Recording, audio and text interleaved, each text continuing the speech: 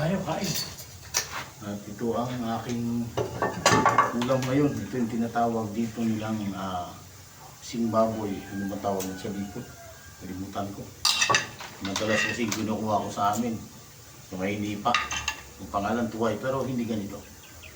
Hindi ko matanda kung anong pangalan ko. At tayo manananghalian na muna. Yan. Natanggal ko na lang muna rito sa shell at para dire-diretso makain. Tawag nito rito sa Ilocano, Zimbabwe. Dito sa La Union. Siguro lahat ng pwede yan yun. Taon.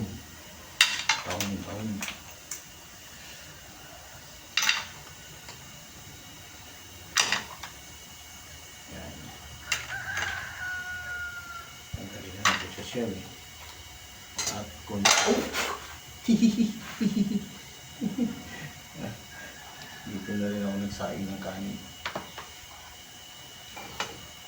Ito ang aking pananghalian. Ako'y may tanggap ng labada. Okay. Halika, kain tayo. Ayan. Kita ba? Ayan. Bites na, bites. Ito yung konting hipon. Konting hipon na galing sa pinatuyo ni Biyanan ang luto. Ayan. Lagyan lang natin ang konting asin. Okay na. Oh. Tak. Saan dyan mo to? Susukaan ko sana. Yun lang. Medyo nag-aalangan pa ako kasi na-allergy ako dati. Before na mag-pandemic na allergy ako sa mga maasim. Sobrang acidic ko. Acidic. Ayan. At halikat kain tayo. Ayan. Samahan nyo kong kumain. Ayun, lapit natin para makita yung aking kinakain. Ayan. Uy, takpan na naman. Nakabalik yan. Matis. Ang bait kong shell na to. Baka matakpan natin. Ito natin.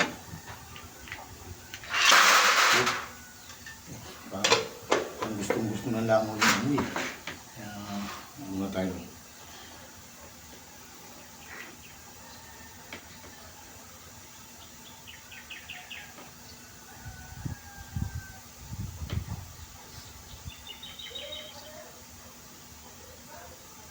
Halika.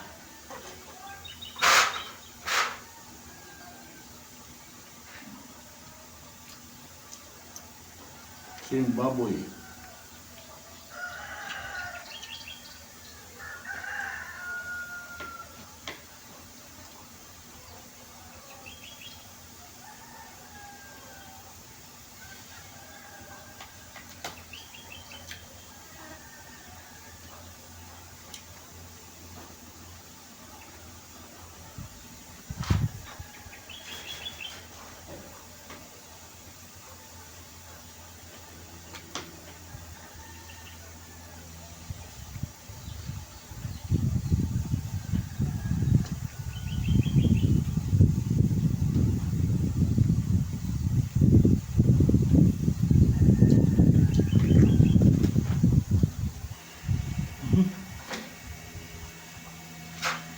Sobrang ko yata ang anak.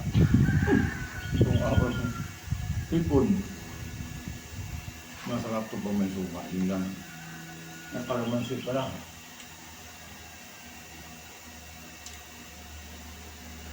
Makabit na akong ma-allergy.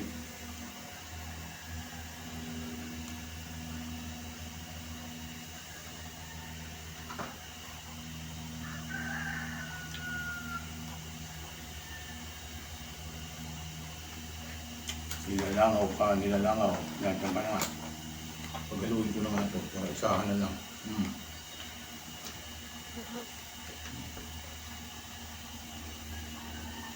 Yan tayong gulay ngayon. Kaya tayo ay magsabing na lang. Ito yung kalibo, dipig.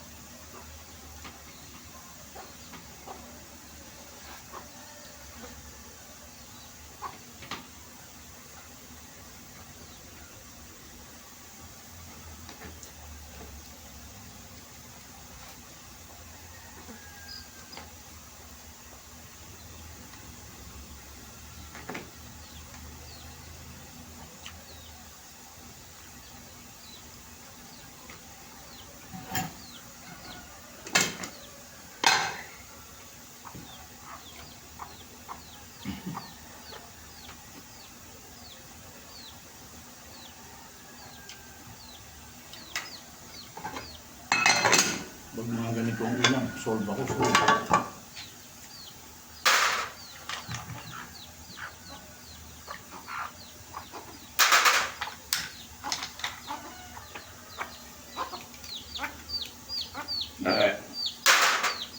Yan.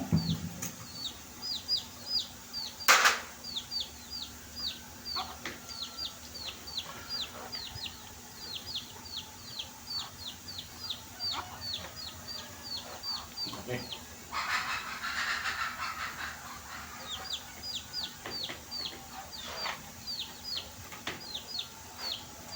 Nagpupuno ako ng drum.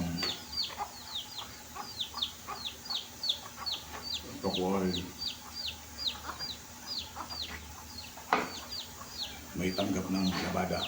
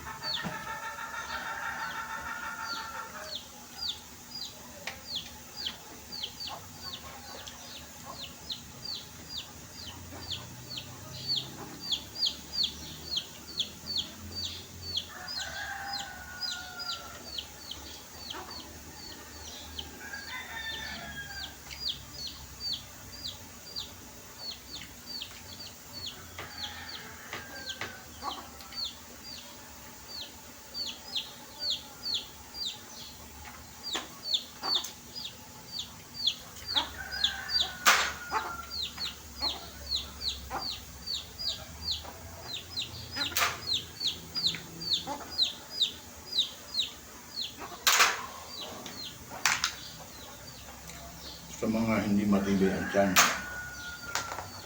auto at mahirap matungkol sa tiyan to. Ngayon dahil ulam ko naman to, kinamay ko na. Yan. Ano ko? Kunting asin, solve na.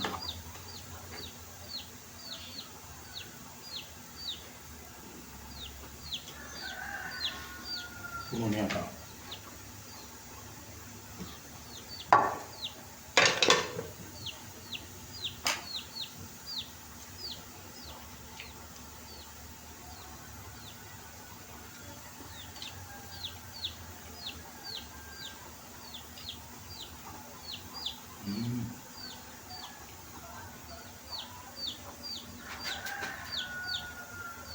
Ano? Ay, masarap.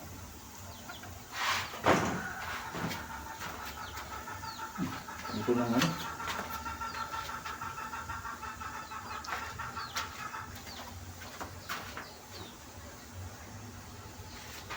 Ano yung uy, nilangaw.